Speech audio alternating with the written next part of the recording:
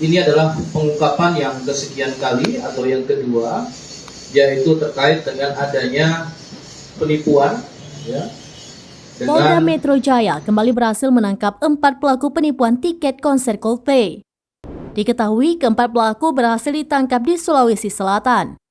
Direktur Reserse Kriminal Khusus Polda Metro Jaya, Kombes Pol Auliansyah Lubis mengatakan jajarannya berhasil menangkap 4 pelaku berjenis kelamin laki-laki.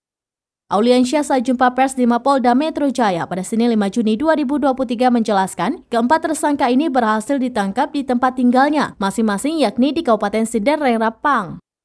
Lanjut, Auliansyah menuturkan modus operandi yang dilakukan keempat tersangka dengan membuat akun Instagram Just Tip Coldplay. Kemudian salah satu pelaku melakukan penipuan dengan memposting dan menawarkan jasa titip pembelian tiket konser tersebut.